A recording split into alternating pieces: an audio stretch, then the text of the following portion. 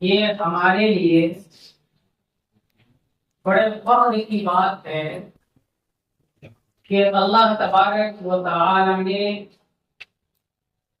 ہم سب کو علم دین کے لیے منتخب کیا. کس کے لیے منتخب کیا؟ علم دین کے لیے منتخب کیا. یہ اللہ کا بڑا کرم ہے، ان کا فضل و احسان. ذالک فضل اللہ یؤتیہ من یشاء. اور نہیں تو ہم جیسے ہزاروں لوگ ہیں، آپ جیسے لاکھوں کی تعداد میں بچے ہیں جو علم دین سے بہت دور ہیں. یہ اللہ کا کرم ہے کہ نہیں؟ اور مدرسے میں داخل، یہ بھی اللہ کا احسان ہے. آپ سب مدرسے میں پڑھتے ہیں، اس مدرسے کا کیا نام ہے؟ مدرسہ رشید العلوم. اس کے بانی کون ہے؟ حضرت مولانا. بہت بڑی شخصیت بھی ان کی، معمولی شخص نہیں تھے. سمجھ گئے؟ عالمی شخصیت، پوری دنیا ان کو جانتی تھی. شیخ الحدیث تھے اور نام بھی رکھا تو مدرسہ رشید العلوم. رشید کس کی طرف نسبت ہے؟ حضرت مولانا گنگوہی رحمۃ اللہ علیہ. بہت بڑی شخصیت ہے. یہ کوئی معمولی بات نہیں ہے. ایک طالب علم جو مدرسے کے علاوہ وہ علم دین حاصل کر رہا ہے،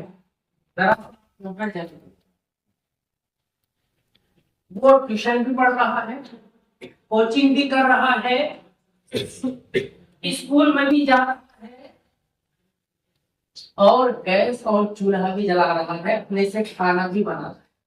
آپ سے بناتے ہیں اپنے سے کھانا؟ بناتے ہیں نہیں. 24 گھنٹہ آپ کی خدمات پر مدرسے کے اساتذہ اور ملازمین مامور ہیں. مدرسے کے علاوہ ہندوستان کا کوئی ایسا ادارہ نہیں ہے کہ وہاں کے ملازمین اور اساتذہ 24 گھنٹہ مصروف رہتے ہو اور ڈیوٹی انجام دیتے ہو. ہے ایسا؟ اس کا مطلب یہ ہے کہ اللہ نے ہم سب کا انتخاب مدرسے کے لیے کیا ہے. یہ اللہ کا بڑا احسان ہے.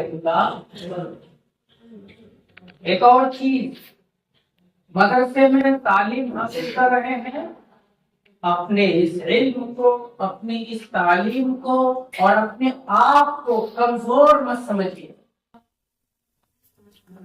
اپنے حوصلوں کو کبھی بست مت کیجیے کہ ہم عالم دین بن کر کیا کریں، ایک مولوی بن کر کیا کریں. بات سمجھ میں آئی ہے؟ ایک مولوی نکاح پڑھانے کا موقع ہو تو سب سے آگے رہتا ہے. مسجد میں منبر و محراب ہو تو سب سے آگے رہتا ہے. جنازے کا موقع ہو تو امام مولوی سب سے آگے رہتا ہے. الحمدللہ بڑے بڑے پیسے والے آپ کے پیچھے چلنے کے لیے تیار ہیں اور چل رہے ہیں، لیکن شرط یہ ہے کہ آپ اپنے اندر کوالٹی پیدا کریں. کوانٹٹی نہیں، کوالٹی، یعنی وہ تعداد بہت زیادہ نہیں، کوالٹی ہونی چاہیے آپ کے اندر.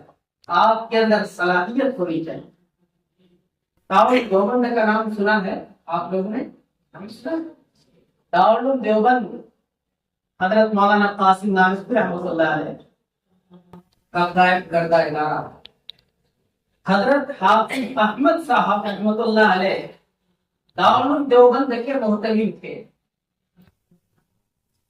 حیدرآباد کے نواب نے حضرت محتوی صاحب کو دعوت دی کہ آپ ہمارے یہاں تشریف لائیں. اس واقعے سے سمجھ میں آئے گا کہ ہم الحمدللہ جہاں ہیں بڑے اچھے مقام پر ہیں۔ حضرت محترم صاحب تشریف لائے کہاں پر؟ نواب حیدرآباد کی دعوت پر۔ حیدرآباد کے نواب نے یہ کہا کہ یہاں آپ کے کئی فضلاء ہیں، ان کی کارکردگی سے ہم سب مطمئن ہیں، بلکہ ان کی کارکردگی دیگر لوگوں کے مقابلے میں بڑی اچھی ہے، اس لیے ہم آپ سے گزارش یہ کرتے ہیں کہ ہر سال بچے فارغ ہوں آپ ان کو ہمارے یہاں بھیج دیجئے تاکہ بڑی تعداد میں حیدرآباد میں ان کی کارکردگی سے فائدہ اٹھایا جائے۔ لیکن انہوں نے کہا کہ ایک اور کام ہم کرنے کے لیے تیار ہیں کہ پورے سال کا جو خرچ ہوگا ہم اٹھانے کے لیے تیار ہیں، صرف ایک کام یہ کرنا ہے کہ نصاب میں تبدیلی کر دیں۔ یہ کون کہہ رہے ہیں؟ نواب حیدرآباد کا نواب ریاست حیدرآباد میں جن کی توپی بولتے جن کا سکہ چلتا تھا، محترم صاحب نے کہا کہ اچھا ہم حضرت شیخ الہند رحمت اللہ علیہ سے مشورہ کرتے۔ حضرت شیخ الہند رحمت اللہ علیہ مولانا محمود الحسن صاحب اس وقت دارالعلوم دیوبند کے صدر مدرس تھے، ان سے مشورہ کرتے ہیں کہ حضرت نواب حیدرآباد کی طرف سے یہ مطالبہ ہے اور ان کی طرف سے یہ پیشکش ہے، اور ان کا کہنا ہے کہ سال بھر کے جو اخراجات ہیں ہم ادا کرنے کے لیے تیار ہیں۔ حضرت شیخ الہند رحمۃ اللہ علیہ کہتے ہیں کہ دیکھیے آپ حضرت مولانا رشید احمد گنگوہی رحمۃ اللہ علیہ کے پاس چلے گئے، ابھی جن کا نام دیا، چونکہ وہ دارالعلوم دیوبند کے سرپرست تھے۔ یہ لوگ گنگوہ جاتے ہیں اور حضرت گنگوہی رحمۃ اللہ علیہ سے پوچھتے ہیں کہ حضرت نواب حیدرآباد کی طرف سے یہ مطالبہ ہے اور یہ پیشکش ہے، ان کا جواب سنیے۔ حضرت مولانا رشید احمد گنگوہی رحمۃ اللہ علیہ وہ کہتے ہیں کہ نواب حیدرآباد کی ریاست جائے بھاڑ میں، ہم اپنے بچوں کو اس لیے تیار نہیں کر رہے ہیں کہ وہ حیدرآباد کے نواب کے یہاں جا کر نوکری کریں، بلکہ ہم تو اپنے بچوں کو اس لیے تیار کر رہے ہیں تاکہ ہندوستان میں جو مسجدیں ہیں وہ مسجدیں ان سے آباد رہے اور مدرسے آباد رہے۔ اور ہم سمجھتے ہیں کہ ہمارے بزرگوں نے جس بنیاد پر مدرسوں کو قائم کیا تھا الحمدللہ ہم اس پر مکمل نہیں تو کم سے کم اس پر پورے ضرور اتر رہے، اور یہی وجہ کہ ہندوستان کوئی ایسی مسجد نہیں کہ جہاں یہ رونا ہو یہاں پر کوئی حافظ یا مولوی ہمیں نہیں مل پا رہا ہے، اسی طرح سے کوئی ایسا مدرسہ نہیں ہے کہ جہاں پر ہماری خدمات نہ ہو اور ہمارے ذریعے سے وہ مدرسہ آباد ہے الحمدللہ۔ بلکہ یاد رکھیے کہ جو معاملہ ہندوستان میں پیش آیا کہ مسلمانوں کی حکومت تھی اور پھر مسلمانوں کی حکومت کا خاتمہ ہو گیا اور انگریز اس ملک کے سیاہ و سفید کا بانی بن گئے، یہی واقعہ اسپین میں بھی پیش آیا۔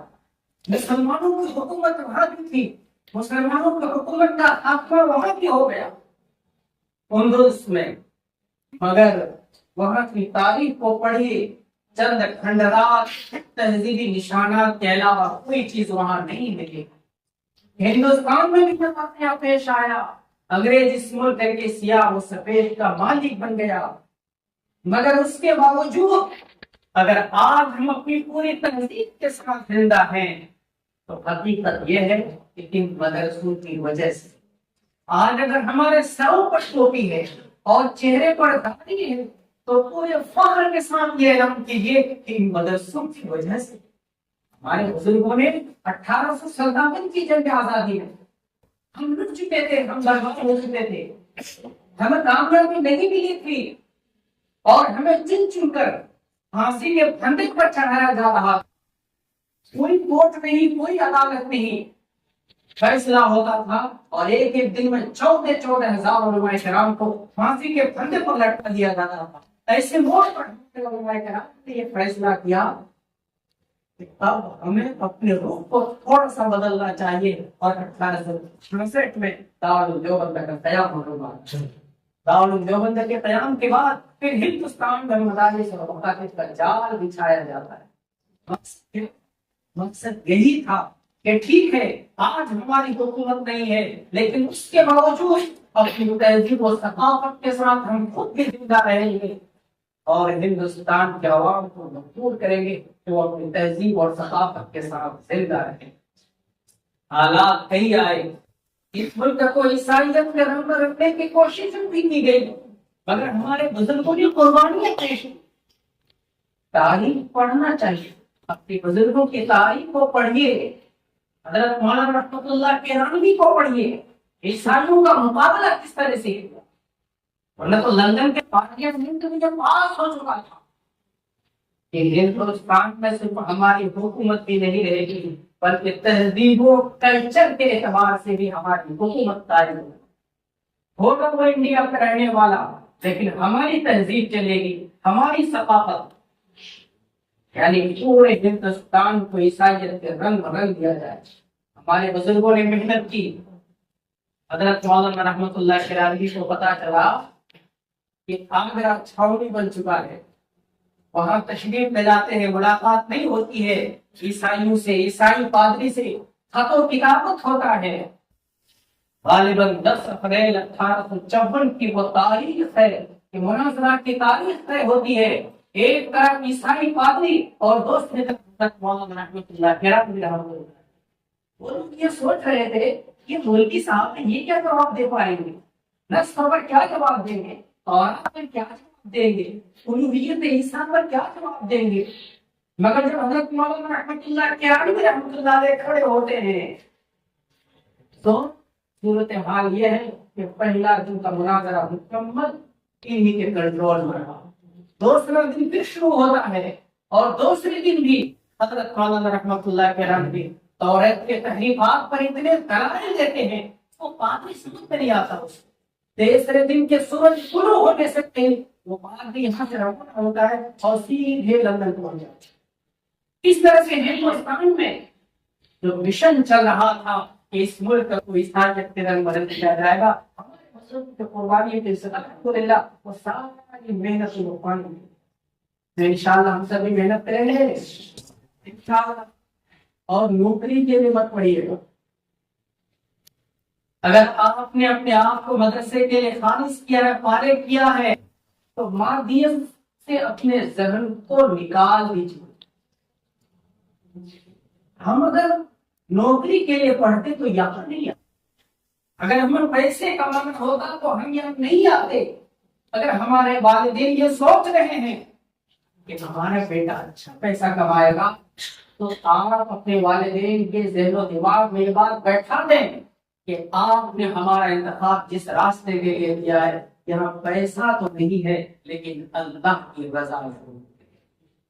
یاد رکھیے آج بڑے بڑے کالجز, یونیورسٹیز, اسکولز انسانوں کو چاند تک پہنچانے کی تعلیم کو اس نے دے دیا, لیکن چاند کا بنانے والا کون ہے وہاں تک وہ نہیں پہنچا سکا. اگر وہاں تک پہنچا سکا ہے چاند کے بنانے والوں تک, اس کے خالق و مالک پروردگار و پالنہار تک, تو یہی مدد سے انشاءاللہ ہم محنت کریں گے. انشاءاللہ اساتذہ کا احترام, ان کی قدر کریں گے, مدرسے کا احترام کریں گے انشاءاللہ. جس نے اس مدرسے کو قائم کیا ہے, سینچا ہے, پروان چڑھایا, ان کے لیے بھی ہم سب نماز میں دعا کریں.